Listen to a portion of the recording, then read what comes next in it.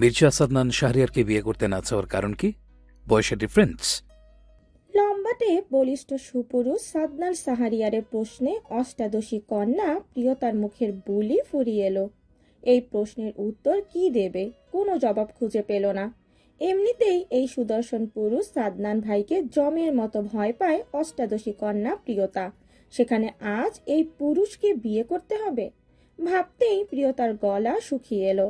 সাদনান প্রিয়তার দিকে তীক্ষ্ণ দৃষ্টিতে তাকিয়ে রইল জবাবের আশায়, কিন্তু মেয়েটা কোনো কথা বলছে না। সাদনান বিরক্ত হলো। মেয়েটা তাকে বিয়ে করতে রাজি নয় এমন একটা গুঞ্জন কানে আসছে, আর তাই তার দাদা জাফর মির্জা একান্তই মেয়েটার সাথে কথা বলতে পাঠিয়েছেন। সাদনানের বিরক্তি মাত্রা ছাড়ালো এবার। নিজের গম্ভীরতা বজায় রেখে রাশবাড়ি কণ্ঠে জানালো, দাদাজান, তোমার সাথে একান্তই আমাকে তোমার মতামত জানাতে পাঠিয়েছি। আমি যাচ্ছি। হয়তো কিছু সময় ব্যবধানে বিয়ের কাজ শুরু হবে। সাদনান এক সেকেন্ড দেরি না করে নিজের গায়ের সফেদ রঙের পাঞ্জাবির হাতাটা ভাঁজ করে কনুইয়ের ওপর রাখতে রাখতে রুম হতে বেরিয়ে এলো। সাদনান বেরিয়ে যাওয়ার সাথে সাথে শফিক সওদাগর, আয়না, আয়ান সহ পেছনে পেছনে রুমে প্রবেশ করে। প্রিয়তা তাদের দেখে এগিয়ে এলো। শফিক সওদাগর কিছু বলার আগেই প্রিয়তা মিনমিন করে বলল, আমি সাদনান ভাইকে বিয়ে করব না বাবা। বিয়ের বধূ সাজে সজ্জিত প্রিয়তার কাতর কণ্ঠে বলা কথায় শফিক সওদাগর পাত্তা দিল না। যদিও ভুলটা ওনার নিজেরই, কিন্তু এখন সেটা ভেবে মেয়ের জীবন তো আর অভিশপ্ত করতে পারে না। একটা মেয়ের বিয়ের দিন বর না আসার মতো জঘন্য এই ঘটনাটা যে তার মেয়ের জীবনে নরক করে দিতে দ্বিতীয়বার ভাববে না এই সমাজ। যদিও সমাজের ভয় তিনি করে না, তবুও সব দিক বিবেচনা করে এখন বিয়েটা দিয়ে দেওয়াই উত্তম মনে করেন। তাই নিচের কণ্ঠে গম্ভীর রেখে বলে উঠল, আমি তোমার মতামত জানতে আসিনি। আমি আমার ডিসিশন আগেই জানিয়েছি। একটু পরে বিয়ে পড়ানো হবে। কথাগুলো শেষ করেই শফিক সওদাগর প্রিয়তার রুম হতে বেরিয়ে এলো। আয়ান আয়না বোনের পাশেই দাঁড়িয়ে আছে, তাদেরও কিছু করার নেই। আয়না বাবার পেছনে পেছনে চলে গেল। আয়ান বোনের মাথায় হাত বুলিয়ে দিয়ে আদুরে কণ্ঠে বলল, রাজি হয়ে যাব না আমার। বাবা মা সন্তানের খারাপ চায় না। আর তুই একবার বাবার সামনে কথা বল। আয়ানের কথাগুলো প্রিয়তা মন দিয়ে শুনল। সত্যি তো, পাত্র আসেনি বিয়ে করতে, এটা পুরো গ্রাম ছড়িয়ে গিয়েছে। এখন যদি বিয়ে না হয়, এই গ্রামের লোক তার জীবন ফুল থেকে কাটাতে পরিণত করতে এক দণ্ড ভাববে না। প্রিয়তার ভাবনার মাঝেই আয়ান চলে গেল, আর দরজা খোলার সাথে সাথেই হুমড়ি খেয়ে রুমে প্রবেশ করলো সবাই। অতঃপর শুরু হলো গ্রামের মানুষের জাতিগত স্বভাব কানাঘুষা করা। একবার পালিয়েছে, কিন্তু দেখো মেয়েটার কি ভাগ্য। চেয়ারম্যান নিজে তার নাতির জন্য প্রস্তাব রেখেছে। একেই বলে কপাল। এমন অনেক কথা প্রিয়তার কানে এলো, তবে প্রিয়তা কারোর কথায় কান দিল না। তার মনে অন্য প্রশ্ন ঘুরছে, কবির খান কেন বিয়ে করতে এলো না। কালাম খান শফিক সওদাগরের কাছে হাত জোর করে ক্ষমা চাইল ছেলের এমন কর্মে। নিজের ছেলের প্রতি অঢেল রাগ হচ্ছে। এমন একটা জঘন্য কাজ কি করে তার ছেলে করতে পারে ভেবে পেল না। আগে যদি বলতো তাহলে সে এমন কিছু করত, নিশ্চয়ই এত দূর অব্দি এগোতো না। স্ত্রী মারা যাওয়ার পর আর বিয়ে করেনি, ছেলের অবহেলা হবে ভেবে নিজের যৌবন শেষ করে দিল। আর আজ সেই ছেলেই তাকে কি একটা লজ্জাজনক অধ্যায় ফেলে দিয়ে চলে গেল। এই জীবনে কি আর শফিক সওদাগরের সামনে মাথা উঁচু করে দাঁড়াতে পারবে তিনি? শফিক সওদাগর কালাম খানকে নরম স্বরে বোঝালো, অনেকটা সময় নিয়ে, যে আল্লাহ যা করে ভালোর জন্য করে। কালাম খান তবুও বারবার ক্ষমা চান। বিয়ে পড়ানো হলে বউ নিয়ে যাওয়ার জন্য জাফর মির্জা তাগাদা দিল। সন্ধ্যা গড়িয়ে অনেকটা রাত হয়ে এলো যে। সাদনানের কাকা মুজিফুর মির্জার বন্ধু কালাম খান, স্ত্রী নেই, এক সন্তান কবির খান। পড়ালেখার পাঠ চুকিয়ে বর্তমানে শহরের বেশ নামকরা একটা ভার্সিটির লেকচারার হিসাবে রয়েছেন। ছেলের জন্য গ্রামের সহজ সরল মেয়ে চাইছিল পুত্রবধূ রূপে। ব্যাপারটা মফিজুল মির্জাকে জানালে তিনি প্রিয়তার কথা জানান। শফিক সওদাগরের সাথে কথা বললে দেখা সাক্ষাৎ করে কালাম খান প্রিয়তাকে পছন্দ করে রাজি হয়, কিন্তু ছেলের পছন্দের কথা না জেনেই কথা দিয়ে বিয়ের দিনক্ষণ ঠিক করে নেয়। বিয়ের সপ্তাহ আগে অবশ্য কবিরকে তিনি প্রিয়তার সাথে দেখা করতে বলেছে, তবে কবির না করে দিয়েছে, জানিয়েছে বাবার পছন্দই তার পছন্দ। কিন্তু বিয়ের দিন সকাল 10:30টার দিকে কবির খান হঠাৎ নিরুদ্দেশ হয়ে যায়। এদিকে ব্যাপার খুব দ্রুতই গ্রামে ছড়িয়ে পড়ে বর আসবে না। শফিক সওদাগরের বড় মেয়ের শ্বশুর বাড়ির লোকেরা ব্যাপারটা জানাজানি হওয়ার পর জাফর মির্জা নিজের ছোট নাতি সাদনান শাহরিরের জন্য প্রস্তাব রাখে। শফিক সওদাগর যেন অন্ধকারের মাঝে একটু আলোর দেখা পেলেন। তিনি অবাক হয়েছিল, বিস্ময় নিয়ে কিছু বলতে পারছিল না। বড় মেয়েকে মির্জা বাড়ি বিয়ে দিলেও ছোট মেয়েকে নিয়ে এসব কখনো ভাবেনি, অবশ্য ভাবার কথাও নয়। সাদনানের বয়স যেমন তেমনি নিজের নামধাম। শুনেছেন এবার এমপি নির্বাচনেও সাদনান দাঁড়াবে, জয় তো নিশ্চিত হবে। ছেলেটার মাঝে বিশেষ গুণ রয়েছে, তাই তো বিনা বাক্যে রাজি হয়েছে। বরাবরই প্রিয়তা রাজনীতি পছন্দ করে না, অথচ ভাগ্য আজ তাকে এক নেতার বউ বানিয়ে দিল। এই তো একটু আগেই বিয়ে হয়েছে তাদের। প্রিয়তা বসে আছে সোফায় সাদনানের পাশে। সাদনান গুরু গম্ভীর, কোনো প্রতিক্রিয়া তার মাঝে নেই। আপাতত কিছু মানুষ তাদের ঘিরে দাঁড়িয়ে আছে। বিদায় এত কেন বিষাদ, এত কেন কষ্ট? বুকের মাঝে তীব্র যন্ত্রণা হচ্ছে প্রিয়তার। প্রিয়তার মা মিতা সওদাগর কেঁদে কেটে নাজেহাল অবস্থা। ছোট মেয়ে তার ভীষণ আদুরে। বিদায় দিতে দিতে রাত হয়ে এলো। যেহেতু বিয়েটা হঠাৎ করেই হয়েছে, তাই কোনো আত্মীয় সাদনানের নেই। যা আছে সব পরিবারের। রাহাত, আয়না, আজম মির্জা, আম্বিয়া মির্জা, মাইশা, সুফিয়া বেগম আর সাদনানের ফুপি, তারা সবাই একটা গাড়িতে গেল। আর সাদনান নিজের গাড়ি নিয়ে, সাথে রয়েছে তার ছেলে পুলে বাইক নিয়ে। সারা সাদনানের গাড়িতে যাবে, কিন্তু মেয়েটার মন অন্য কিছু চাচ্ছে। গাড়ির কাছে দাঁড়িয়ে থাকতে দেখে সাদনান সারার দিকে ভ্রু কুঁচকে বলল, উঠে বসো। তুই যা, আমি নয় স্যার। মাঝে রাহান কোথা থেকে এসে ফোরন কেটে আমতা আমতা করে কিছু বলতে যাচ্ছিল, তবে সাদনানের তীক্ষ্ণ দৃষ্টির দিকে তাকিয়ে আর কিছু বলতে পারলো না। সাদনান বোনের দিকে এক পলক তাকিয়ে গাড়ি স্টার্ট দিতে দিতে বলল, আমার বোন আমি ঠিক সময় বাড়ি দেখতে চাই। চোখের পলকে সাদনান গাড়ি স্টার্ট দিয়ে সাই সাই করে চলে গেল। তার পেছনে পেছনে বাইকগুলো গেল। রাহান সারার দিকে তাকিয়ে একবার শুকনো ঢোক গিলে নিল। এই মেয়ে আস্ত একটা মায়ার সাগর, যে সাগর অতল গভীরে রাহান ডুবে আছে, যা থেকে হয়তো কখনো মুক্তি পাওয়া সম্ভব নয়। আপনি? ফার্স্ট কোনো কমেন্ট নয়, তাড়াতাড়ি উঠে বস। সারাও তাই করলো। রাহান বাইক স্টার্ট দেওয়ার আগে হুঁশিয়ারি দিয়ে বলল, ধরে বস, রাস্তা ভালো নয়। কিছু হলে তোর ভাইয়েরা আর বাপ আমাকে শেষ করতে দ্বিতীয়বার ভাববে না। সারা রায়হানের কথা শুনে ফিক করে হেসে দিল। রাহান বাইকের মিররে সেটা দেখে নিজের বুকের বাঁ পাশে ডান হাতটা রেখে মনে মনে বলল, এভাবে হাসে না প্লিজ, আমার বুকে ভয়ঙ্কর যন্ত্রণা হয়। বিয়েটা হঠাৎ হওয়াতে বাড়িতে তেমন লোকজন নেই, যা আছে নিজেদের লোক। সাদনানের মা সালেহা বেগম সব নিয়ম কানুন শেষ। একটা শাড়ি মাইশার হাতে দিয়ে প্রিয়তাকে বিয়ের ড্রেস চেঞ্জ করে এটা পরিয়ে সাদনানের রুমে নিয়ে যেতে বলল। মাইশা শাড়ি নিয়ে রুমে এসে দেখলো প্রিয়তা আয়নাকে জড়িয়ে ধরে বসে আছে।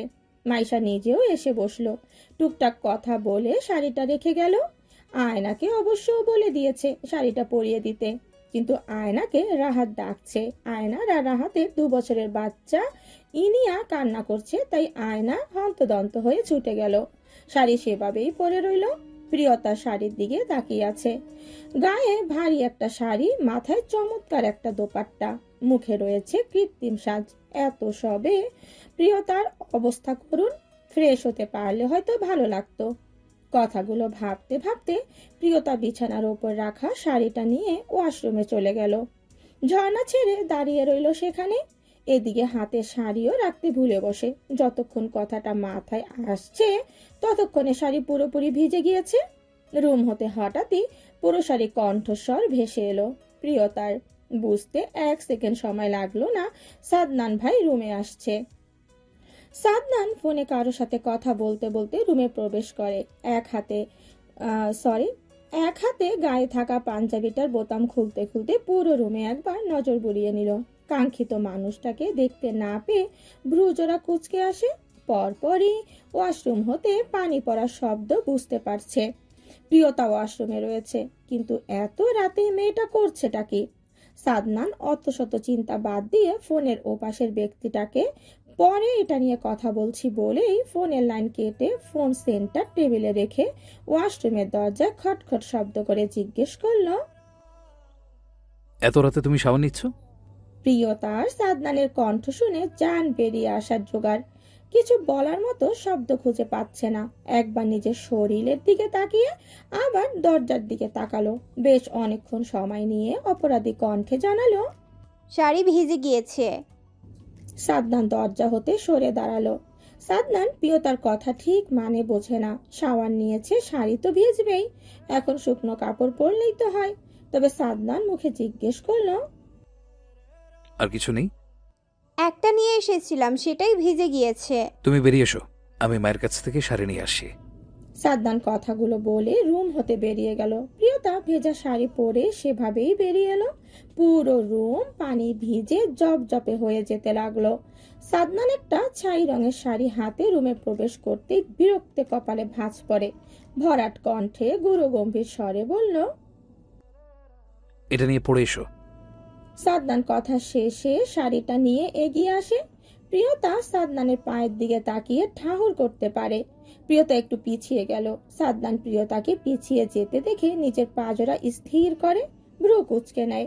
আর প্রিয়তা কি বলবে খুঁজে পেল না। সে তো শাড়ি পরতে পারে না, তাই অসহায় চোখে একবার সাদনানের দিকে তাকিয়ে আবার মাথা নিচু করে মিনমিন করে জানালো, আমি শাড়ি পরতে পারি না। সাদনান ফোঁস করে শ্বাস ফেলে, তবে পরক্ষণেই কিছু ভেবে শুকনো ঢোক গিলে। প্রিয়তার ভেজা শাড়িতে মেলি ভাঁজগুলো সব স্পষ্ট, তবে সাদনানের মনে হচ্ছে তার সামনে একটা চকলেটের প্যাকেট দাঁড়িয়ে, যার চকলেট এর চেয়ে প্যাকেটটা বেশি বড় হয়। প্রিয়তার গায়ের শাড়িটা ততটাই ভারী নয়, তবে চিকন পাতলা দেহখানার জন্য শাড়িটা ভারী মনে হলো সাদনানের নিকট। নিজের সদ্য বিয়ে করা স্ত্রী এমন রূপ যে কোনো পুরুষকে টানবে। নিজের পুরুষালী সত্তা দমন করে সাদনান পাশের দেয়ালে থাকা বোর্ডে সুইচ টিপে লাইট অফ করে। প্রিয়তা চমকে ওঠে, তড়িঘড়ি করে ভীতু স্বরে বলল, লাইট বন্ধ করলেন কেন সাদনান ভাই? সাদনান প্রিয়তার কথা শুনে বিড়বিড় করে বলল, স্টুপিড। প্রিয়তার কান অব্দি কথাটা পৌঁছালো না। পৌঁছাবে কি করে? মেয়ে তো ভয়ে লজ্জায় অস্বস্তি, মস্তিষ্ক ফাঁকা হয়ে আছে। সাদনান প্রিয়তার থেকে গুনে গুনে 2 হাত দূরত্বে দাঁড়িয়ে নিজের হাতে থাকা ব্লাউজ আর প্রয়োজনীয় সব প্রিয়তার হাতটা টেনে ধরে প্রিয়তাকে দিল। শুধু শাড়িটা নিজের হাতে রাখলো। আমি চাই না তুমি আমার সামনে অস্বস্তি বোধ করো। আমি চাই তুমি আমার সামনে স্ত্রী রূপে লজ্জা পাও। আর যেদিন তুমি আমার সামনে প্রথম লজ্জা পাবে, সেদিন আমি নিজের হাতে পরানো এই শাড়ি নিজের হাতে খুলে নেব। সাদনানের ফিসফিসিয়ে বলা কথাগুলো শুনে প্রিয়তার কান দিয়ে গরম ধোঁয়া বেরোনোর জোগাড়। অন্ধকারের মাঝে আবছা আলোয় সাদনান দেখতে পেল প্রিয়তার চোখ জোড়া বেশ টান টান করে তাকিয়ে তারই দিকে। সাদনান প্রিয়তাকে এভাবে তাকাতে দেখে হাসলো বোধহয়। যা প্রিয়তার চোখে ধরা পড়ে না, পড়বে কি করে? সে তো লজ্জায় আবার দৃষ্টি আগের ন্যায় নত করে নিয়েছে।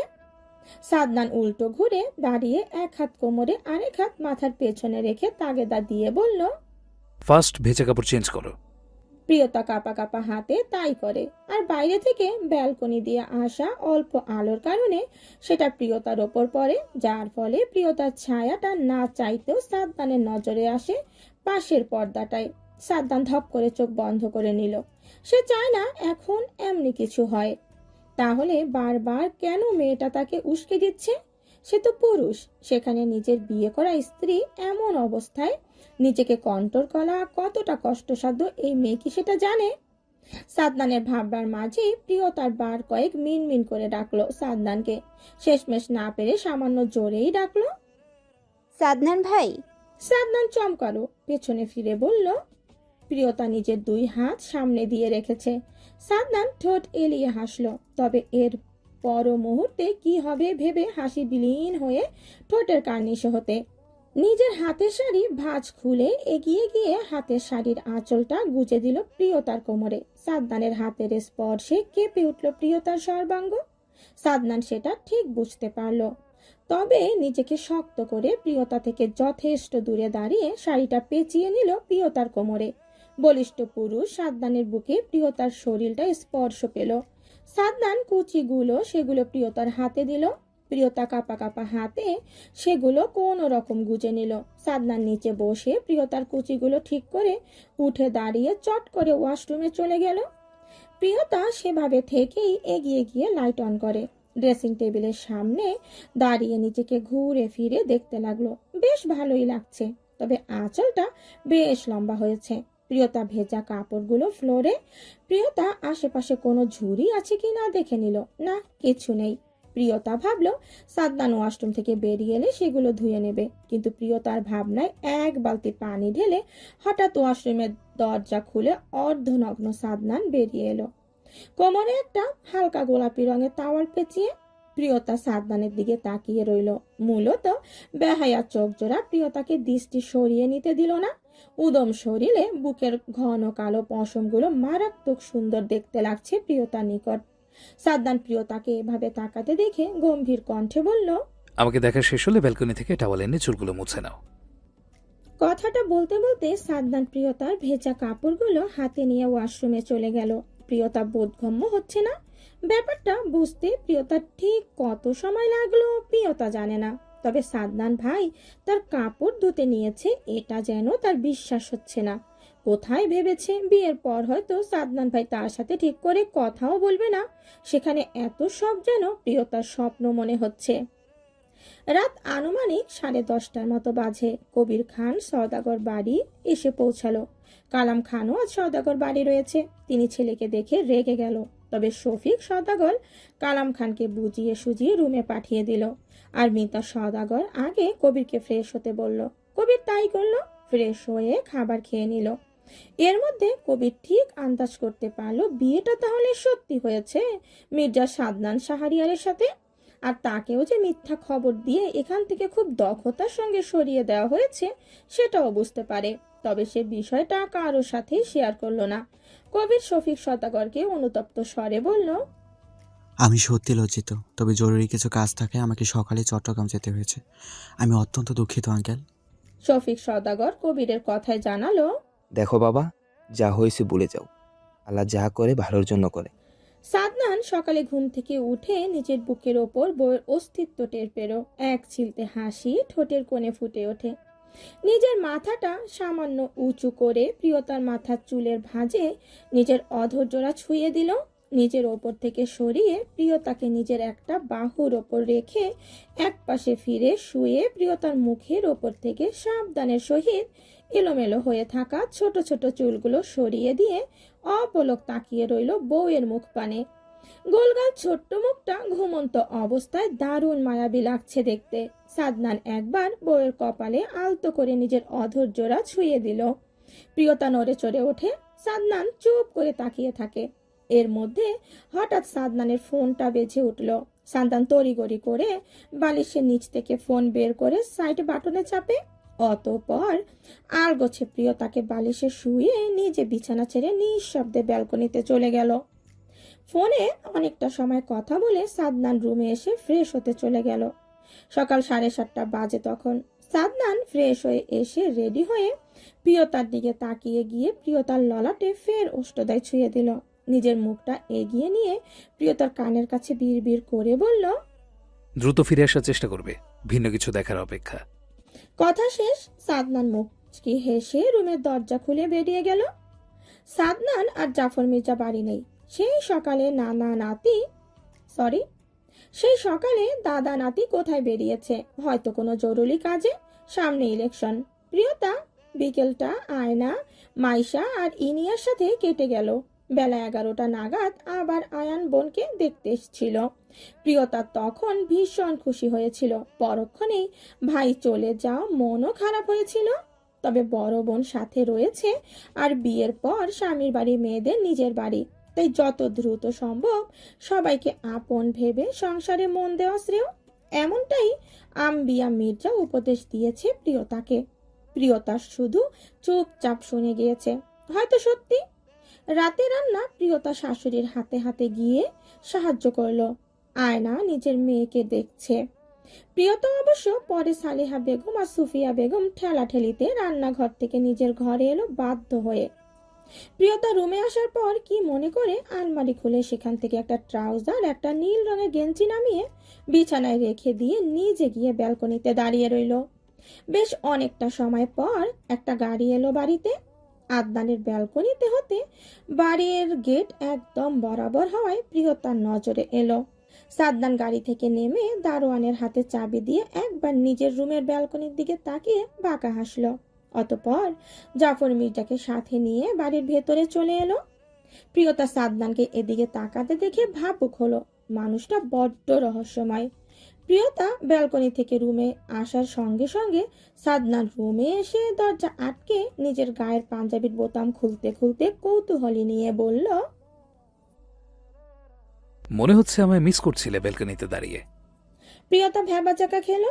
প্রিয়তা যতটুকু জানে বা এত বছর ধরে যেমনটা দেখে আসছে আর আজ দুদিন ধরে যে সাদনান ভাইকে দেখছে, তার মধ্যে আগের সাদনান ভাই আর এখনকার সাদনান ভাইয়ের একদমই মিল নেই।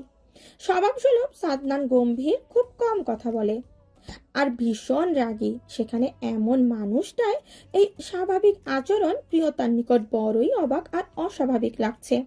তবে নিজের স্বভাব আর সাদনান ভাইয়ের সাথে কোনো অস্বাভাবিক কথাবার্তা কখনো না হওয়ায় এভাবেও চুপ রইল প্রিয়তা। সাদনান ততক্ষণে নিজের গায়ের পাঞ্জাবি খুলে সোফায় রেখে ড্রেসের জন্য কাবার্ডের দিকে যাওয়ার জন্য অগ্রসর হতেই নজর পড়ে বিছানার কাপড় নামিয়ে রাখা দেখে বলল, বাহ, এখন থেকে স্বামীর যত্ন আত্তি করতে শুরু করে দিয়েছো। I am impressed. সাদনান কথাটা বলে হাসতে হাসতে ওয়াশরুমে চলে গেল। এই লোকের হয়েছে কি? প্রিয়তা আনমনে বিড়বিড় করে রুম থেকে বেরিয়ে গেল। সরি জান, আমি আর কোনো রিস্ক নিতে পারছি না। আমি আজ বাবার সাথে কথা বলে সব ফাইনাল করব। আয়ানের কথায় ফোনের ওপাশের রমণী বোধহয় হাসলো। আয়ান সেটা ফোনের মধ্যেই ঠাহর করতে পারলো। গম্ভীর কণ্ঠে প্রশ্ন করলো, তুমি হাসছ? আশ্চর্য, এটা মোটেও হাসার সময় না। আমি রোজ রোজ এত আতঙ্কে আর তোমাকে হারানোর ভয় নিয়ে থাকতে পারছি না। মাইশা এবার শব্দ করে হেসে উঠল। আয়ান অন্য সময় হলে হয়তো এই হাসি নিয়ে এক দফা বর্ণনা করত, কবিতা হলে নিজের অনুভূতি প্রকাশ করত, কিন্তু এখন এই হাসিটা তার নিকট নিজের অসহ্য মনে হলো। মেয়েটা হাসছে, এমন একটা সিরিয়াস বিষয় নিয়েও ভাবা যায়? শুনুন, বিয়ের উপযোগী মেয়ে ঘরে থাকলে সম্বন্ধ আসবে, দেখতে আসলেই তো আর বিয়ে হয়ে যাচ্ছে না। এটা নিয়ে এত সিরিয়াস হওয়ার কি আছে? আয়ান চুপ করে রইল, তবে মনে মনে ঠিক কি করবে সেটাও স্থির করে। আজ গিয়েছিল আয়ান মির্জা বাড়ি বোনকে দেখতে। মাইশা বাড়ি ছিল না। বাড়িতে আম্বিয়া মির্জার কিছু আত্মীয় এসেছে।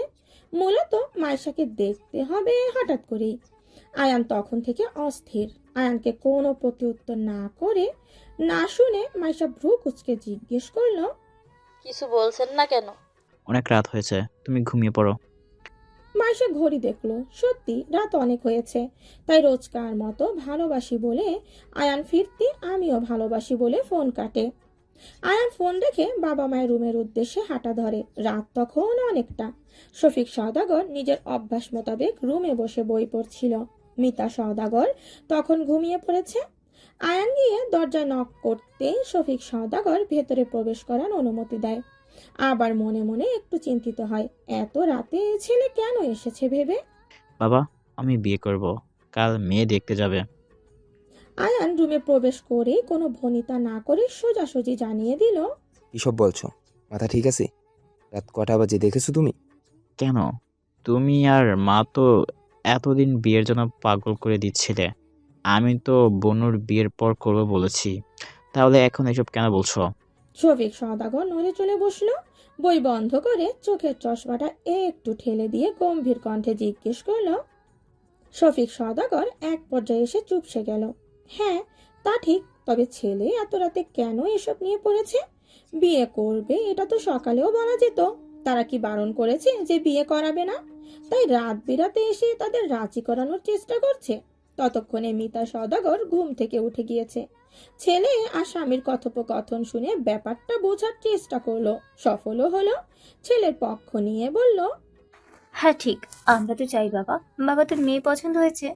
হ্যাঁ, তোমার ছেলের বাবাকে বলে দাও মফিজুল মির্জার সাথে কথা বলতে, বাকিটা আমি মেসেঞ্জ করে নেব। আয়ান কথাগুলো খুব স্বাভাবিকভাবে বলে রুম হতে বেরিয়ে এলো। বুকে একবার থুতু দিয়ে মাথা ঘুরিয়ে রুমের ভেতরে একবার উকি দিয়ে দেখলো মিতা সওদাগর হাসি হাসি মুখে শফিক সওদাগরকে কিছু বলছে। আর শফিক সওদাগর অনুভূতিহীন, হয়তো উনি ভাবতে পারেনি ছেলে তার তলে তলে টেম্পু চাচ্ছে। আয়ান বিস্ময় করা হাসি দিয়ে নিজের রুমের উদ্দেশ্যে হাঁটতে হাঁটতে নিজেকে বাবা দিয়ে বিড়বিড় করে বলল, সাব্বাস মাহমুদ, আয়ান সওদাগর, সাব্বাস। সারা আর প্রিয়তা দুজনের পরীক্ষা শেষ, ভার্সিটির অ্যাডমিশনের জন্য একটা কোচিং সেন্টারে ভর্তি হয়েছে।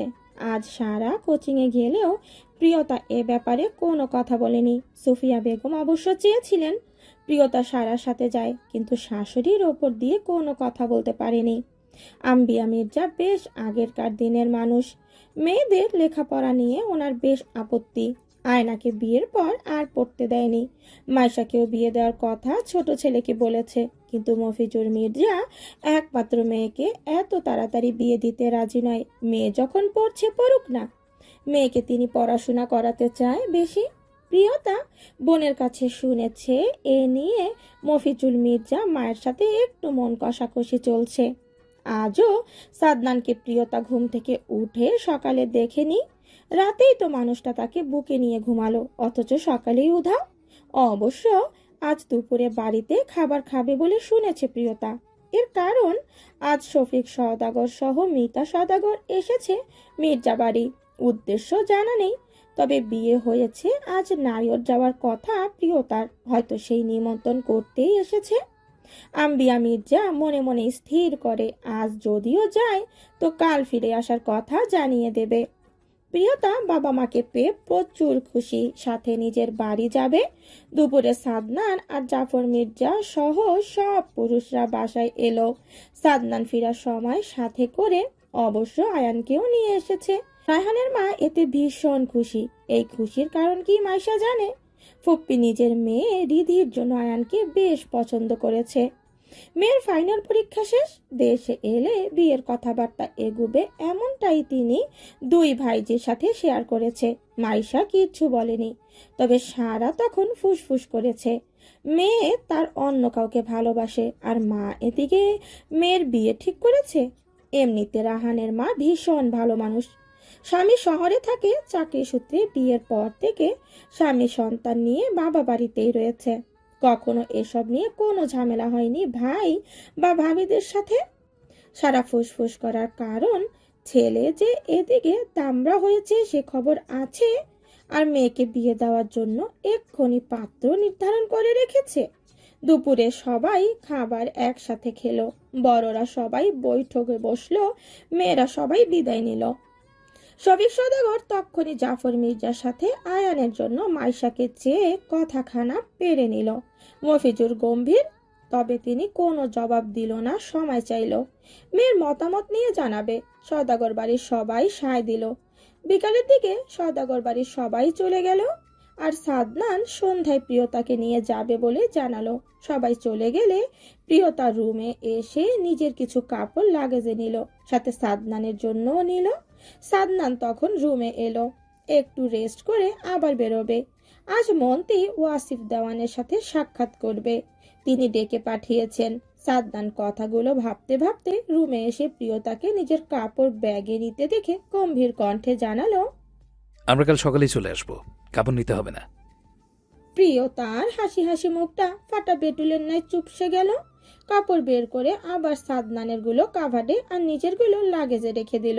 সাদনান হঠাৎ কি মনে করে এগিয়ে গেল, কাভার্ড খুলে নিজের কাপড় এক পাশে রাখতে রাখতে বিড়বিড় করে বলল, শুধু ভালোবাসলে হয়, ভালোবাসার যত্ন নিতে হয়, নয়তো ভালোবাসা ফিকে পড়ে। প্রিয় তার কান অবধি কথাগুলো পৌঁছালো না, তবে ভ্রু জোড়া কিঞ্চিত কুচকে এলো। প্রিয়তা বুঝতে পারছে না সাদনান নিজের কাপড় কেন একপাশ করছে, তাই জিজ্ঞেস করলো, আপনি কাপড় একপাশ কেন করেছেন? আমারগুলো এখানে ঠিক আছে। জিজ্ঞেস করেছি, চুপচাপ কাপড় রাখো। প্রিয়তা সাদনানের কথা মুখে মুখ গোমরা করে নিল। এই লোক একটু ভালো করে কথা বলতে পারে না। প্রিয়তাকে দাঁড়িয়ে থাকতে দেখে সাদনান নিজে এগিয়ে এসে লাগেজ থেকে কাপড়গুলো কাবাডে রাখে। প্রিয়তা তড়িঘড়ি করে এগিয়ে গিয়ে লাগেজ টেনে নিজের কাছে নিয়ে বলল, আপনি যান, রেস্ট করুন, আমি রাখছি। সাদনান প্রিয়তার দিকে তাকিয়ে মৃদু কণ্ঠে বলল, আমার মানে তোমার। আমার সবকিছুতে যেমন আমার অধিকার রয়েছে, তেমন তোমারও। সাদনান গায়ের পাঞ্জাবিটা খুলে রেখে একটা গেঞ্জি গায়ে দিয়ে গিয়ে বিছানায় শুয়ে পড়ল। প্রিয়তা নিজের কাপড়গুলো কাবাডে রেখে সে নিজেও সাদনানের পাশে শুয়ে পড়ল। সাদনান প্রিয়তাকে টেনে নিজের বুকের উপর নিয়ে জড়িয়ে ধরে। প্রিয়তা লাজুক হাসে। লোকটা এই 3 দিনে একবারও প্রিয়তাকে বুকে না নিয়ে ঘুমায়নি। প্রিয়তা প্রথম দিন অস্বস্তি হলেও আজ 2 দিন ধরে ভালোই লাগে। বিকেলে সাদনান বাড়ি থেকে বেরিয়ে যাওয়ার সময় প্রিয়তাকে রেডি হয়ে থাকতে বলে গেল। প্রিয়তা তাই করলো। সাদনানের ফুপি মনির কাছ থেকে শাড়ি পরে রেডি হয়ে রইল। সন্ধ্যা 6:30টার দিকে সাদনান বাড়ি এলো, তবে নিজে রুমে এলো না। নিজ থেকে খবর পাঠালো প্রিয়তাকে যাওয়ার জন্য। প্রিয়তা তাই করলো। সাদনান তখন নিজের গাড়িতে বসে রয়েছে, সাথে রাহান যাচ্ছে, সে গাড়ি নিয়ে ফিরে আসবে। ওরা পৌঁছাতে 5 মিনিট সময়ের মতো লাগলো। প্রিয়তা হন্তদন্ত হয়ে গাড়ি থেকে নামার আগেই সাদনান প্রিয়তার হাত টেনে ধরে বলল, একদম ছোটাছুটি নয়, আমার সাথে যাবে। প্রিয়তা মাথা নাড়ে। সাদনান গাড়ি থেকে নামার পর রাহান নিজেও নামে। ডিকি থেকে অনেকগুলো শপিং এর ব্যাগ সহ সাদনান প্রিয়তার হাত ধরে বাড়ির উঠোন পেরিয়ে আসে। এর মধ্যে প্রিয়তার মা বাবা দুজনেই ছুটে আসে। আয়ন বাড়িতে নেই। সাদনান আর রাহানকে নিয়ে শফিক সওদাগর নিজেদের বসার ঘরে বসলো। প্রিয়তা নিজের মায়ের সাথে রান্না করে চলে গেল। রাহান নাস্তা করে বিদায় নিল। সাদনান ফ্রেশ হওয়ার জন্য প্রিয়তাকে খুঁজে, তবে মেয়েটা নেই। শফিক সওদাগর তখন স্ত্রীকে ডেকে প্রিয়তাকে ডাকে। প্রিয়তা এসে বাবার সাথে কথা বলে। শফিক সওদাগর প্রিয়তাকে ফ্রেশ হয়ে রাতে খাবার খাওয়ার জন্য আসতে বলে। প্রিয়তা সাদনানকে নিয়ে নিজের রুমে চলে এলো। সাদনান ফ্রেশ হতে গেলে প্রিয়তা দরজা আটকে নিজের গায়ের শাড়ি খুলে সালোয়ার কামিজ পরে নিল। শাড়ি ভাঁজ করে রাখতে গিয়ে ওনার কথা বেমালুম ভুলে বসে। এদিকে সাদনান ওয়াশরুম থেকে বেরিয়ে বউয়ের দিকে তাকিয়ে থতমত খেলো। বউয়ের দিকে তাকিয়ে শুকনো ঢোক গিলল। প্রিয়তার নারী গঠিত শরীরের ভাঁজ স্পষ্ট। সাদনান নিঃশব্দে এসে বউয়ের পেছনে দাঁড়ায়। সাদনানের অস্বস্তি টের পেতেই তৎক্ষণাৎ শিউরে ওঠে, লাফিয়ে সরতে চায় প্রিয়তা, কিন্তু সাদনান তা হতে দেয় না। পেছন থেকে শক্ত হাতে জড়িয়ে ধরে প্রিয়তার কোমর। সাদনান প্রিয়তার ঘাড়ে নিজের থুতনি ঠেকাতেই প্রিয়তার সারা শরীর শিরশির করে ওঠে। চোখ বন্ধ করে নিজেকে শক্ত রাখার প্রয়াস চালায়। সাদনান নিজের হাত প্রিয়তার কামিজ ভেদ করে প্রিয়তার পেটে বিচরণ ঘটাতেই প্রিয়তার শরীরে সর্বত্র শক্তি হারিয়ে ফেলে। পা জোড়া অবশ হয়ে আসে। নিজে দাঁড়িয়ে থাকার মতো শক্তি পায় না। প্রিয়তা কাঁধে নরম কিছুর সংস্পর্শ পেতেই বুঝতে 1 সেকেন্ড সময় লাগে না সাদনান ভাই নিজের অধর জোড়া ছুঁয়ে দিয়েছে। প্রিয়তা ছিটকে দূরে সরে গেল। সাদনান প্রিয়তার দিকে তখনও অপলক দৃষ্টিতে তাকিয়ে। প্রিয়তা ওড়না খুঁজে চারদিকে পেয়েও যায়, তবে সেটা হাত বাড়িয়ে নেওয়ার আগে সাদনান প্রিয়তাকে আবার নিজের কাছে টেনে নিল। সাদনান নিজের বাঁ হাতটা উঁচিয়ে প্রিয়তার ঠোঁটে নিজের বৃদ্ধাঙ্গুল ছুঁয়ে দিয়ে অনুমতি চাইল। Can I kiss you for once? Priyota সাদনানের কথা শুনে চোখ বড় বড় হয়ে যায়, তবে সাদনানের দৃষ্টির দিকে তাকিয়ে লজ্জায় মাথা নুয়ে নিয়ে বিড়বিড় করে আওড়ালো, সব সময় নিজের মন মতো সব করে, আর এখন অনুমতি চাচ্ছে, অদ্ভুত। সাদনান প্রিয়তার মুখটা এক হাতে উঁচু করে আস্তে করে নিজের মুখটা এগিয়ে নিয়ে প্রিয়তার কপালে গাঢ় একটা চুমু খেলো। অনেকক্ষণ পর সেখান থেকে সরে এসে প্রিয়তার অধরের ভাঁজে নিজের অধর জোড়া চেপে ধরে। প্রিয়তার সর্বাঙ্গে কাঁপন ধরে। সাদনান প্রিয়তার কোমর টেনে শক্ত করে নিজের সাথে চেপে ধরে। প্রিয়তা প্রথমবারের মতো সাদনানের এমন লাগামহীন স্পর্শে হাঁপিয়ে ওঠে। নিজেও পাল্লা দিয়ে সাদনানের সঙ্গে এক হাত সাদনানের চুল শক্ত করে খামচে ধরে, অন্য হাত সাদনানের পিঠে রাখে।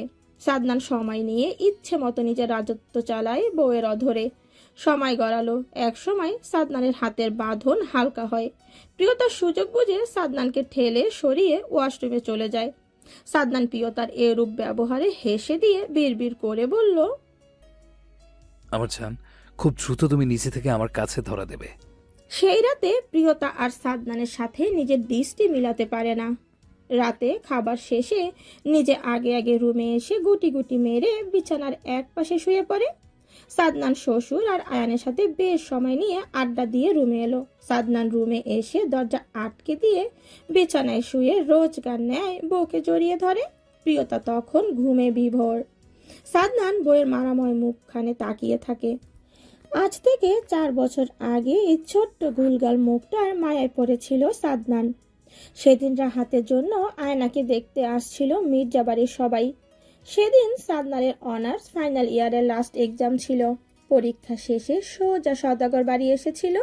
আর বাড়িতে ঢুকতে ঢুকতে সঙ্গে সঙ্গে সদ্য 9-এ ওঠা কিশোরীর শাড়ি পরা রূপ সাদনানকে সেদিন ছোট্ট প্রিয়তার মায়ায় পড়তে বাধ্য করেছিল। মির্জাবাড়িতে তাদের যাতায়াত আগে থেকে ছিল।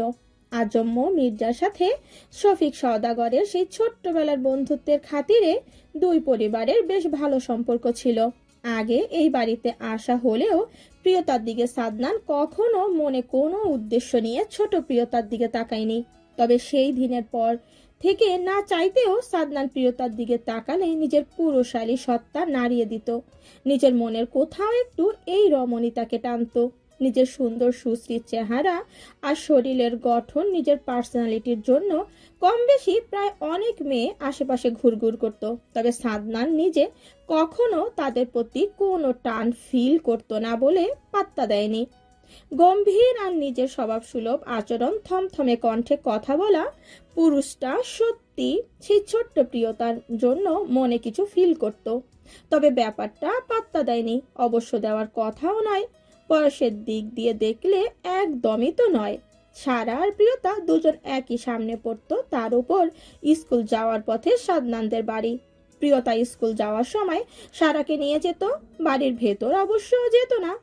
সাদনান যথাসম্ভব এড়িয়ে চলার চেষ্টা করত। তবে বরাবরই মেয়েটা ইচ্ছাকৃতভাবে বা দুর্ঘটনাবশত কোনো না কোনোভাবে সাদনান প্রিয়তার সামনে পড়ে যেত। মাঝে মধ্যে সারা আর প্রিয়তাকে স্কুলে পৌঁছে দিত।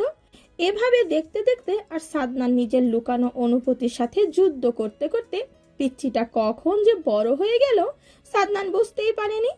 আবার বিয়েও দিয়ে দিচ্ছিল। মেয়ের কত কষ্ট করেই না বিয়েটা আটকালো। বিয়ে ঠিক হয়েছে সাদনান জানতোই না।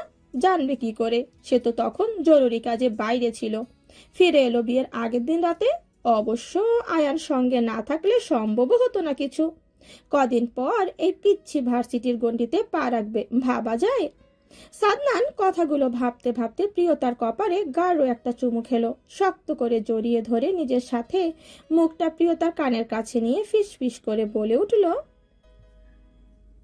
ভালোবাসি আমার জান। পরের দিন সকালে সাদনান প্রিয়তা সওদাগর বাড়ি থেকে নাস্তা করে বেরিয়ে আসে। সাদনান সাথে করে প্রিয়তার বই খাতা সব নিয়ে আসে। প্রিয়তাকে কোচিংয়ে দিয়ে সাদনান চলে গেল। প্রিয়তা অনুভূতিহীন। ক্লাসে যাওয়ার পর সারা ভীষণ খুশি প্রিয়তাকে দেখে। প্রিয়তাও খুশি খুশি মনে ক্লাস করে। ক্লাস শেষ করে সারা আর প্রিয়তা দুজনে বাড়ি চলে এলো। আম্বিয়া মির্জা তখন প্রিয়তার দিকে তীক্ষ্ণ দৃষ্টিতে তাকিয়ে। প্রিয়তা দেখলো, তবে মাথা নুয়ে রুমে চলে এলো। ফ্রেশ হয়ে নিচে গিয়ে খাবার খেয়ে রুমে এসে লম্বা একটা ঘুম দিল। মাইশা আর তিন্নি একই ডিপার্টমেন্টের স্টুডেন্ট। ভার্সিটিতে ভর্তি হওয়ার পর দুজনের পরিচয়, তবে কারোর সাথে কারোর পার্সোনাল বিষয় শেয়ার করার মতো সম্পর্ক এখনো হয়নি। মাইশা যেদিন জানালো তাদের ডিপার্টমেন্টের এক লেকচারার কবির খানের সাথে তার এক কাজিনের বিয়ে ঠিক হয়েছে, সেদিনের পর তার তিন্নি ভার্সিটিতে আসেনি। মাইশা ব্যাপারটা ঠিক বুঝতে পারেনি। হঠাৎ এভাবে মেয়েটা হারিয়ে গেল কেন? আজ অনেক দিন পর মাইশা তিন্নিকে ক্লাস দেখতে পেল। উদাসীন মুখে পেছনের একটা বেঞ্চে ঘাপটি মেরে বসে আছে। সামনে একটা বই মেলে রাখা, কিন্তু দৃষ্টি তার বইয়ের দিকে নয়, বাইরের দিকে তাকিয়ে আনমনা হয়ে বসে আছে। মাইশা এগিয়ে গিয়ে পাশে বসলো। তিন্নি সামান্য চমকালো, তবে পরক্ষণেই মাইশাকে দেখে হাসলো, ভালো মন্দ জিজ্ঞেস করলো। মাইশা জবাব দিল, প্রশ্ন করলো, এতদিন আসুনি কেন? অসুস্থ ছিলাম। মাইশা বুঝতে পারে তিন্নি সত্যি বলেনি। একটা মেয়ে হয়ে আরেকটা মেয়ের এমন আচরণের একটাই মানে দাঁড়ায়। মাইশা তিন্নির মুখ থেকে সত্যি বের করতে চাইছে, তাই কথার ফাঁক ঘুরিয়ে ফিরিয়ে জানালো, তুমি জানো কবির স্যার ওই দিন বিয়ে করতে আসেনি। আমার ছোট ভাই সাদনান মির্জার সাথে বিয়ে হয়েছে। তিনি মাইশার কথা শুনে অবাক হলো। মনের কোথাও একটু আশা দেখা দিল।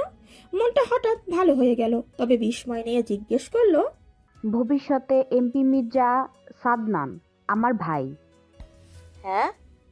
তিন্নির যেন আজ অবাক হওয়ার দিন। বারবার চমকপ্রদ তথ্য জানতে পারছে। ওদের দুজনের কথার মাঝেই কবির খান ক্লাসে এলো। ক্লাস শুরু হলো। তিন্নি মুগ্ধতা নিয়ে সেদিকে তাকিয়ে রইল। হোক না একতরফা ভালোবাসা, অনুভূতি তো সুন্দর। ভাবতে ভালো লাগে, স্বপ্ন বুনতে ভালো লাগে, ততক্ষণে সব ভালো যতক্ষণ অপর প্রান্তের মানুষটা এসবের কিচ্ছুটি তার নিকট অজানা। রাত 11:30টার দিকে সাদনান, রাহান, জাফর মির্জা বাড়ি ফিরল। তখন মাত্র লিভিং রুমে সুফিয়া বেগম, প্রিয়তা বসেছিল। সবাই ফ্রেশ হয়ে এলেই তাদের খাবার দেয়া হলো। খাবার খাওয়ার ফাঁকে জাফর মির্জা জানালো এই সপ্তাহে মার্কা দেয়া হবে, তারপরই ভোট প্রচারের কাজ শুরু হবে। যদিও জয় নিয়ে কোনো ভয়ের আশঙ্কা নেই, তবে বিরোধী দলের বর্তমান অবস্থানরত এমপি বেজায় খারাপ লোক, তাই যথাসম্ভব সবাইকে সাবধান থাকতে হবে। বাড়ি থেকে একা একা কেউ না বেরোনোটাই শ্রেয়। সুফিয়া বেগম চিন্তিত বিরস মুখে ছেলের দিকে তাকিয়ে রইল। সাদনান মায়ের দিকে তাকিয়ে আশ্বাস দিল কিচ্ছু হবে না, আল্লাহর উপর ভরসা রাখতে বলল। খাবার শেষে সাদনান আগে আগে রুমে চলে গেল। প্রিয়তা সুফিয়া বেগমের সাথে সব গুছিয়ে রুমে এলো প্রায় আধা ঘন্টা পর। জাফর মির্জার কথা শোনার পর থেকে কেমন অন্যমনস্ক হয়ে আছে। রুমে এসে প্রিয়তা ওয়াশরুমে গেল, ফিরে এলো মিনিটের মাথায়। সাদনান ব্যালকনি থেকে ফোনে কথা বলতে বলতে রুমে এলো। প্রিয়তা তখন ড্রেসিং টেবিলের সামনে দাঁড়িয়ে আনমনা হয়ে চুল আঁচড়াচ্ছে। সাদনান ফোন কেটে সেটা সোফায় রেখে এগিয়ে এসে প্রিয়তার পেছনে দাঁড়িয়ে নিজের হাতে চিরুনি নিয়ে নিল। প্রিয়তা হকচকিয়ে ওঠে। ধ্যান ফিরতেই বুঝতে পারে সাদনান চুলে বিনুনি করছে। সাদনান প্রিয়তার চুলগুলো বিনুনি করতে করতে জানতে চাইল, ক্লাস কেমন হলো আজ? প্রিয়তা বলল, ভালো। প্রিয়তা জবাবই বলল, পরপরই আবার বলল, আমার রাজনীতি একদম পছন্দ নয় সাদনান ভাই। জানি তো। প্রিয়তা সাদনানের জবাব শুনে অবাক হলো। তাহলে স্বাভাবিক জীবন চাই, সুন্দর সংসার চাই, আতঙ্ক আর ভয়ে নিয়ে কিচ্ছু হয় না। প্রিয়তার কথায় সাদনান কিছু একটা ফিল করে। মেয়েটাকে নিয়ে ভাবছে, অবশ্য ভাবারই কথা, বউ হয়। প্রিয়তা এতক্ষণ আয়নায় সাদনানের দিকে তাকিয়ে কথা বলছিল। সাদনান প্রিয়তার চুলে রাবার ব্যান্ড দিয়ে চুল আটকে দিল। তারপর প্রিয়তাকে নিজের দিকে ফিরিয়ে প্রিয়তার দু গালে হাত রাখে, বইয়ের ললাটে ওষ্ঠ ছুঁয়ে দিয়ে বলল, আই প্রমিস, আমার দেহে প্রাণ থাকা অবধি তোমার কিচ্ছু হতে দেব না। আমি আমার কথা বলছি না, আপনার জন্য চিন্তা হয় আমার। কিচ্ছু হবে না আমার। আপনি জানতে চেয়েছিলেন আমি কেন আপনাকে বিয়ে করতে চাইনি।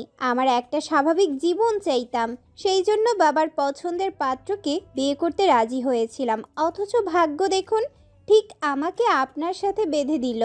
কথায় আছে না, আমরা যা ভাবি তা কখনো হয় না, আর যা কখনো কল্পনাও করি না সেটাই হয়। তোমার আফসোস হয়? না, কখনো না। আমার ভাগ্যে যা আছে সেটাই হয়েছে। সাদনান প্রিয়তাকে জড়িয়ে ধরল। প্রিয়তা নিজের দুই হাত সাদনানের পিঠে রাখলো। সাদনান মৃদু কণ্ঠে বলল, আমার আমিকে তোমার জন্য ভালো রাখবো। প্রিয়তা দীর্ঘশ্বাস ছাড়ে, তবে পরক্ষণেই লজ্জায় সাদনানের থেকে ছাড়া পাওয়ার জন্য ছোটাছুটি করে। সাদনান ছাড়ে না, শক্ত করে জড়িয়ে ধরে বিছানায় শুয়ে পড়ে। প্রিয়তার কানের কাছে মুখ নিয়ে ফিস ফিস করে বলল, স্বাভাবিক হও, তখন না হয় আমি তোমায় গভীরভাবে ছুঁয়ে দেব। এত রাতে তুই এখানে কি করছিস? ঘুমাসনি কেন? সারা হক চকালো। পেছন ফিরে রাহানকে দেখে অবাক হলো, তবে নিজেকে সামনে নিয়ে পানির গ্লাস দেখিয়ে বলল, পানি খেতে এসেছি। রাতে ঘুমাস না? রাহান থমথমে কণ্ঠে জিজ্ঞেস করলো। সারা সহজ সরল গলায় বলল, হ্যাঁ, ঘুমাবো না কেন? তাহলে আমাকে এত জ্বালাস কেন? রাহানা বিড়বিড় করে বলল। সারা শুনতে পায় না, তাই জিজ্ঞেস করলো, কিছু বলবেন? না, হ্যাঁ, ভূতের মতো এভাবে রাতে আর ঘোরাঘুরি করবি না। দেখা গেল তোকে ভূত মনে করে কেউ ভয়ে জ্ঞান হারাবে। এখন যা রুমে যা। আমি ভূতের মতো কোথায় ঘুরঘুর করলাম? পানি ছিল না রুমে, পানি খেতে এসেছি। আর আপনি এত রাতে এইখানে কি করছেন? সারা রাহানের দিকে চোখ কটমট করে তাকায়, তবে পরক্ষণেই কিছু মনে হওয়ার মতো করে জিজ্ঞেস করলো। রাহান চোরা চোখে একবার সারার দিকে তাকিয়ে থমথমে কণ্ঠে বলল, ভূতের সাথে সাক্ষাৎ করতে এসেছি। মাইশা আর আয়ানের বিয়েটা ঘরোয়াভাবে দিতে চাইছেন মফিজুল মির্জা। খুব কাছের কিছু মানুষ থাকবে শুধু, কেউ দ্বিধা পোষণ করেনি। হোক ঘরোয়াভাবে, এমনিতেই 1 মাস পর ভোট, তার উপর বিপদ যখন তখন যে কোনো দিক দিয়ে আসতে পারে। তাই সবাই এটাই বেস্ট মনে করলো। শফিক সওদাগর এতেই সায় দিয়েছে। নিজের আত্মীয় বলতে তেমন কেউ নেই, শ্বশুর শাশুড়ি কেউ নেই, অনেক আগে গত হয়েছে। মিতার 2 ভাই আছে, তারা সবাই বিদেশে সেটেলড, বাড়িতে কেউ নেই।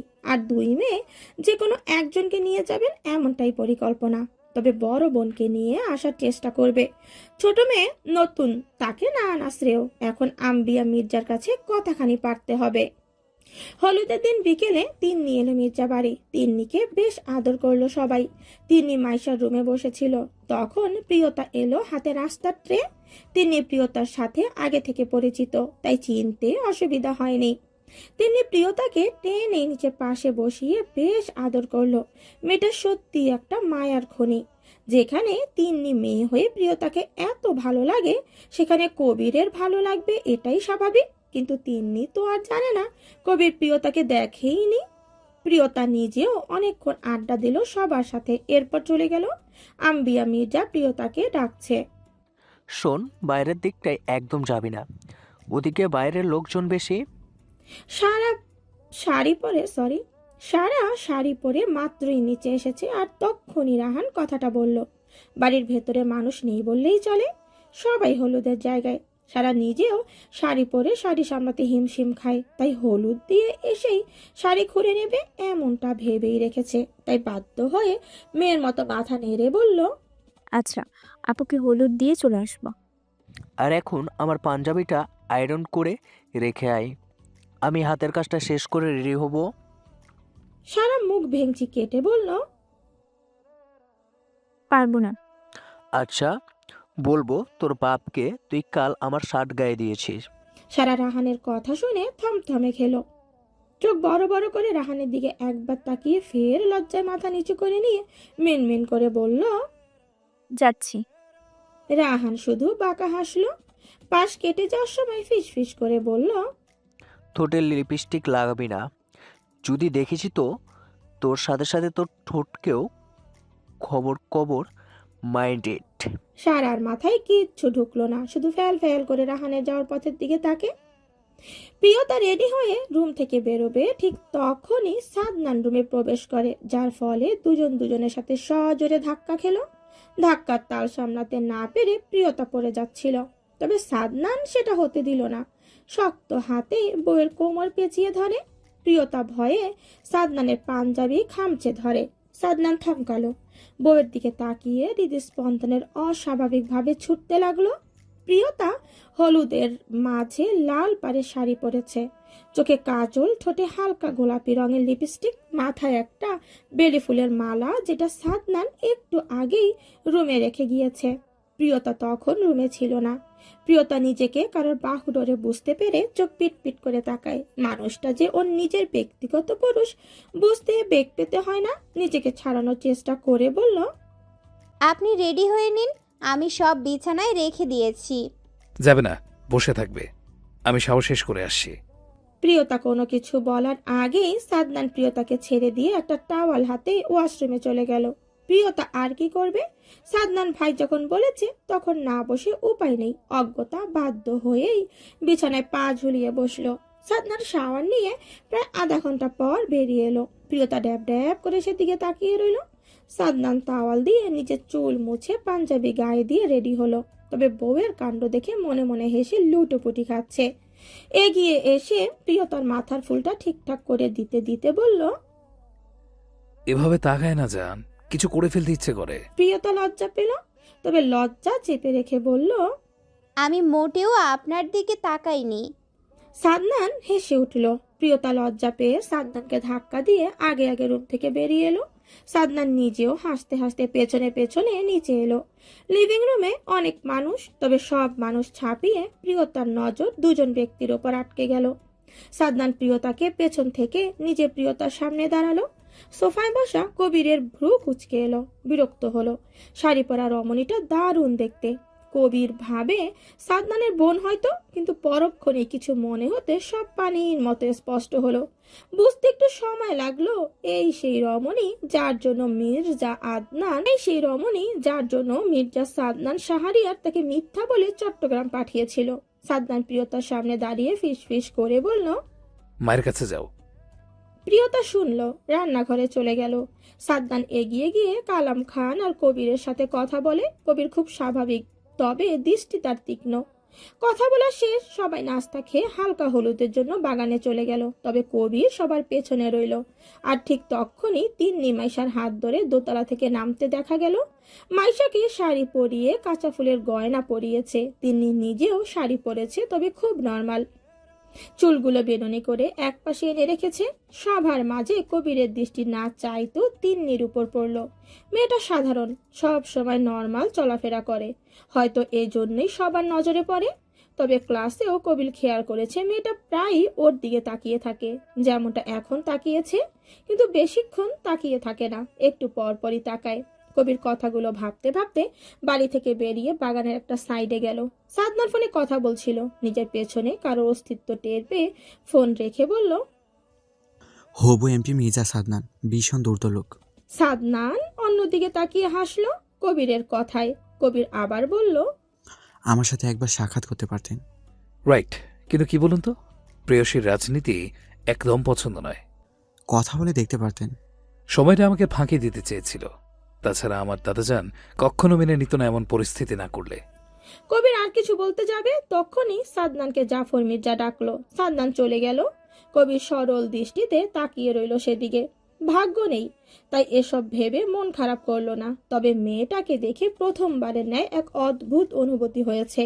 কবির পরক্ষণেই নিজের ভাবনা চিন্তার ওপর বিরক্ত হলো। অন্যজনের বউ হয়, ইস, এভাবে ছেঁচড়াদের মতো তাকিয়েছিল। তখন ভাবতে শরীর শিরশির করে উঠল। হলুদের অনুষ্ঠান শেষ। মাইশা রুমে এসে ফ্রেশ হয়ে তিন্নির পাশে শুয়েছিল মাত্র। তখনই মাইশার ফোনে টুংটাং শব্দ হলো। মাইশা ফোন হাতে নিয়ে সাইলেন্ট করে নোটিফিকেশন চেক করতেই দেখলো আয়ান মেসেজ দিয়েছে। মাইশার হলুদের ছবি চাইছে। মাইশা কয়েকটা ছবি হোয়াটসঅ্যাপে সেন্ড করার মিনিটের মাথায় আয়ান ভিডিও কল এলো।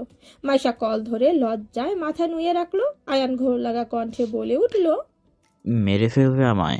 অপেক্ষা করো, কাল তোমার সব কর্মের বিচার হবে। প্রিয়তা রেডি হচ্ছে। সাদনান বউয়ের কুচি ঠিক করে উঠে দাঁড়ালো। মাথায় সুন্দর করে ঘোমটা টেনে দিয়ে নিজে প্রিয়তার পেছনে দাঁড়িয়ে প্রিয়তার দু কাঁধে হাত রেখে নিচু হয়ে মৃদু স্বরে বলল, বউ লাগছে। প্রিয়তা লজ্জায় চোখ নিচু করে নিল। সাদনান প্রিয়তাকে নিচের দিকে ফিরিয়ে বউয়ের ললাটে ওষ্ঠ ছুঁয়ে দিয়ে বলল, লজ্জা পাচ্ছে আমার জান, বাসর দেখি খুব শিগগিরই করতে হবে। প্রিয়তা সঙ্গে সঙ্গে সাদনানকে ধাক্কা দিল। সাদনান হেলে দুলে 2 কদম পিছিয়ে গেল। প্রিয়তা আঁচল মাথায় টেনে রুম থেকে বেরিয়ে যেতে যেতে বলল, চিক, কি বেহায়া কথাবার্তা, মুখে কিচ্ছু আটকায় না। সাদনান নিজেও পেছনে পেছনে রুম হতে বেরিয়ে পিছু নিল প্রিয়তার। সমান হয়ে একসাথে একদম কাছে ঘেঁষে হাঁটতে হাঁটতে বলল, সব তোমার দোষ। আমি কি করলাম? প্রিয়তা অবাক হয়ে জিজ্ঞেস করল।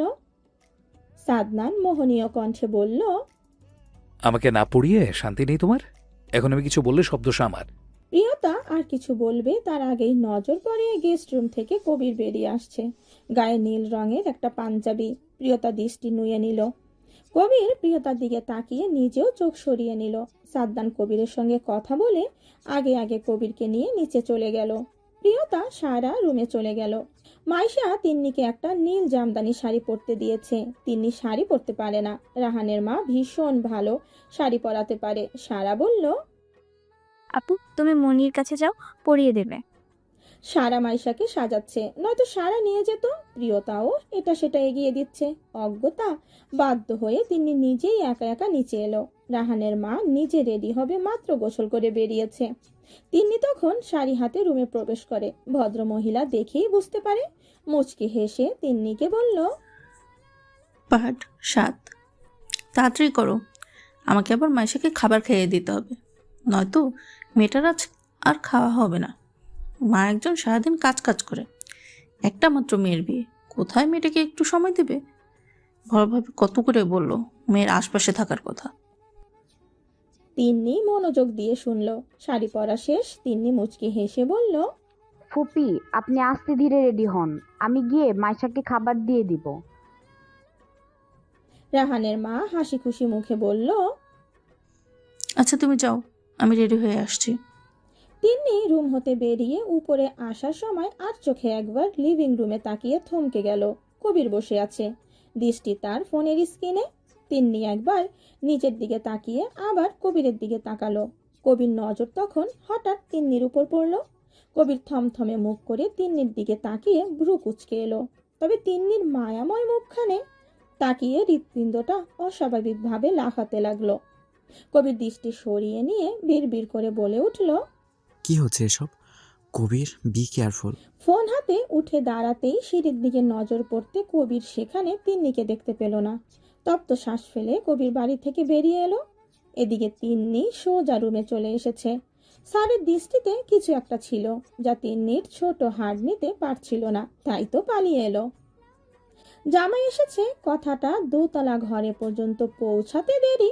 সব মেয়েদের মাইশার ঘর ছেড়ে নিচে যেতে দেরি হলো না। শুধু প্রিয়তা আর তিন্নি বসে রইল মাইশার কাছে। মাইশা উসকুস করছে। তিন্নি মুচকি হেসে বলল, যা, কেউ আসার আগেই একবার বারান্দা থেকে ঘুরে আয়। প্রিয়তা ফ্যাল ফ্যাল করে তাকিয়ে রইল দুজনের দিকে।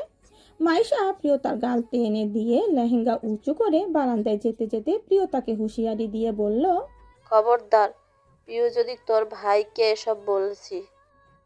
তুমি ভাই দেখতে গিয়েছো? মাইশা প্রিয়তার কথা শুনে বুঝতে পারলো। প্রিয়তা বিষয়টা ধরতে পারেনি, শুধু শুধু মেয়েটাকে ব্যাপারটা জানিয়ে দিল। মাইশা হেসে বলল, হ্যাঁ, বলবি না কিন্তু।